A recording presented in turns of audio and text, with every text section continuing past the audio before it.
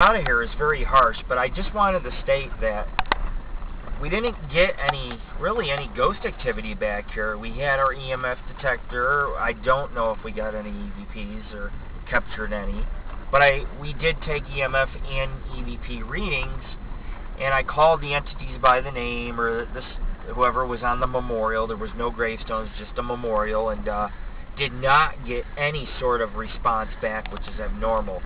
We're going to cross over this deep water puddle, and this is how the truck gets very dirty. It's very deep. You see that? And mud gets all over, but if you don't keep rolling, you'll get stuck. And I do not want to be stuck here. We're miles in a vast Tahoe National Forest wilderness, which is extremely thick. See the tree on the side of the road? There's trees, there's grooves in the road. Getting stuck here would mean spending the night, and it doesn't just get very cold out here. This is a very spooky forest, and the reason why it's spooky is that it's so thick, you could barely traverse through this. The trees are so close together here, and they overhang. There's a tree that overhangs on the road. It's about a mile up the road, and you know, also we have the cameras running right now in case something were to run across the road. We could capture it, whether it's an animal, Bigfoot, whatever. But Tammy's behind the camera. I'm doing the driving right now.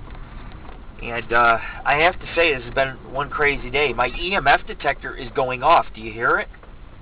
Not my EMF detector, but my radar detector. I apologize. But isn't that a little strange?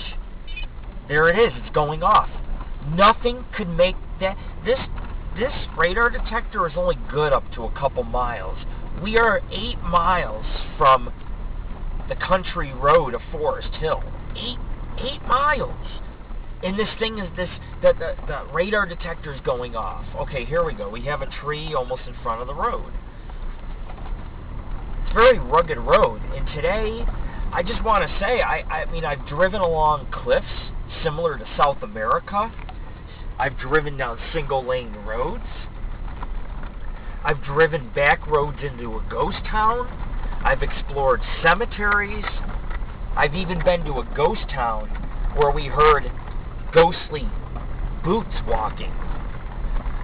I don't know what to make of all of this trip, but I have to say this is one adventurous day. And here I am. It's 10 o'clock at night. The moon's pretty bright out through the trees.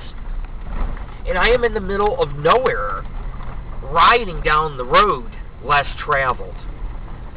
And there are roads everywhere around here. If I were to take one of those roads, we could get lost and end up traveling 20, 30 miles down it to reach a dead end. And then if we run out of gas, we could be in big trouble. So we've had to pack a cooler, we've had to pack blankets, and be totally prepared, because the Sierra Nevadas are one of the most dangerous mountain ranges as well, and people die in Yosemite and all over. And this is just another place that you could technically die in if you got lost or didn't know what the hell you were doing. But what we do here is very important. Some places are historical explorations, you know, because we want to preserve these places through our website. And other places are just paranormal hotspots. Today, we visited a ghost town cemetery up in Michigan Bluff, and there was a tree across the road. But Michigan Bluff, a dog came up to us, and I was playing with the dog in the cemetery. We're about to right now head into a place called Forest Hill Cemetery. Extremely old, from the 1850s. Protestant cemetery. There's also a Catholic one I was thinking about doing, but if I do it now, I have nothing for later. But cemetery's old. We're going to do a full investigation of it, and then afterwards, on our way home, we're going to go to the historic town of Auburn, which looks like a Civil War town, and the cemetery dates back to like the 1850s, 1860s, and it has statues. It's very historic. But we're riding right now, I mean, at a rough patch of road. I mean, look at this. Look how rocky this is, man. We're going to be bouncing up and down like crazy, and there's nothing we can do about it. But I've never, where we live near the El Dorado and Tiobe National Forest, it's a more spread out forest, but when you come on the west side of Lake Tahoe, and you go 50, 80 miles into the Sierra Nevadas, you realize that this forest is very rough. Oh, this is the part I wanted to film for our viewers. There's a section up here, the road gets really narrow and almost touches the side of our vehicle. We are out in the middle of nowhere. You know, I did Bigfoot calls tonight. Didn't hear any animals, didn't hear anything get stirred up. But, you know, I talked to spirits, didn't get no reply. And my theory is that this is a very chill area. It's just a very thick forested area. I don't think there's really any ghost. I don't think there's Bigfoot back in this area. Maybe the Desolation Wilderness, because it's a little more spread out. There's a lot of rock formations in caves and things, but where we're at, there's no caves or rock formations. We're thousands of feet up with 20 miles of national forest around us. And then it drops off to like 6,000 feet. There's a little spot up here of about a trail. Probably can't see it. I could probably just pull up to the bulletin board so you can see. There's a trailhead here. And you can't really see it, but it's a horse trail. I just wanted to show you that there was a trailhead, and there's a well, and I don't know if you can see it. Can we get those stick formations that someone made? Hold on, watch when I pull up like this. See that?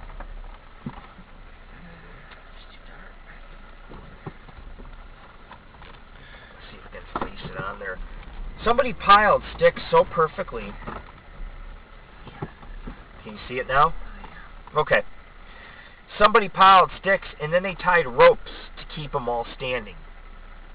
I don't know if that's a Native American type of tradition or not, but it's here, and there's a well, and that's a nice creepy trail, but I mean, it's so overgrown. This whole area is so overgrown. I'm going to take you guys to an area that's really overgrown up here, and you're going to be amazed. I mean, we come back in these roads miles in, and we don't have no way to find out what road is what. There are a million roads back here, and we found Deadwood Cemetery, which is just a memorial back in here. It's real thick, but it was just a memorial, and there was two memorials, one dedicated to the pioneers, but one dedicated to the people that died out here. And there's no supposed foundations or parts of the ghost town. They said if you search the woods, you might find some things. But look how thick it is out here. Look at this. This is thick enough where my truck can barely get by. I mean, I'm scraping almost the end. This place is phenomenal. I realize we didn't get a lot of pictures because there's nothing to see. It's nighttime out here, but when it goes on our site, you guys will see this video and you will realize, here we go, you guys will realize that we give 110% effort into what we do. Whether it's haunted or it's not haunted, we're going to give you the honest truth. And the honest truth is that this is a creepy area, but is there something paranormal here? I don't know. We picked something up on our cameras, but we'll have to review the footage at a later time. If you look up here, again, the road narrows. We have like 6 more miles to go, but look how narrow this gets. Look how creepy. I mean, it's good to run the cameras because anything can run across the road. Back in the day, I had a buddy of mine tell me he was in an area like this in Pennsylvania, just like this, overgrown. And his friends, 3 of them, witnessed a Sasquatch running across the road. It was about 10 feet tall, and it was huge, and it ran so quick that you couldn't even grab your camera in time. So now and then, when we go down roads like this, we're going to take video footage in case something runs in front.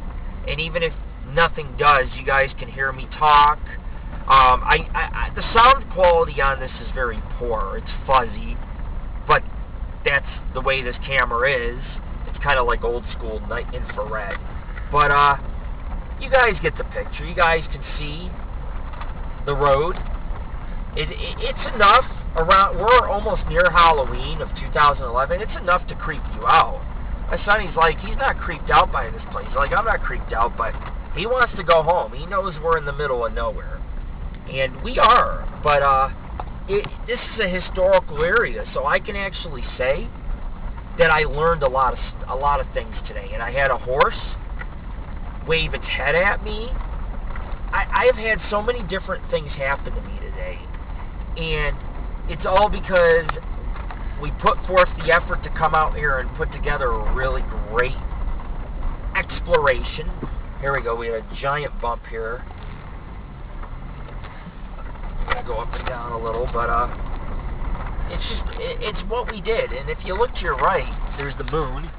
There it is in a giant meadow. Hold on, there we go.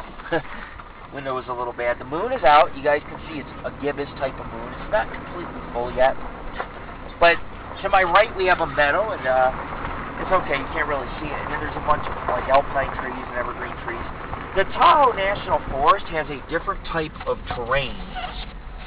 There's different plant species here than there is in the El Dorado, Stanislaus, Tyabe. And then you have some other forests, like you have Shasta in the redwoods, and you have different forests throughout the Sierra Nevadas. But this forest here, which is the Tahoe National Forest, the terrain is rough. There's a lot of thistle brush. There's evergreens mixed in with other species of trees. These leaves are not changing colors. Like, for example, the leaves out maybe closer to, I don't know, auburn are changing colors. But these trees out here are just, everything's green out here. And up here, there's some water puddles, which makes me think that it has rained, or at least that's that snow melting because due to the snowstorm we had back a few weeks ago. But anyways, we're almost near Halloween, and you guys know that it's a tradition. We put on costumes, different costumes during our investigation, kind of like Christmas. I put on costumes. Christmas time, I put on Santa Claus, hat and beard and all. But out here, we just,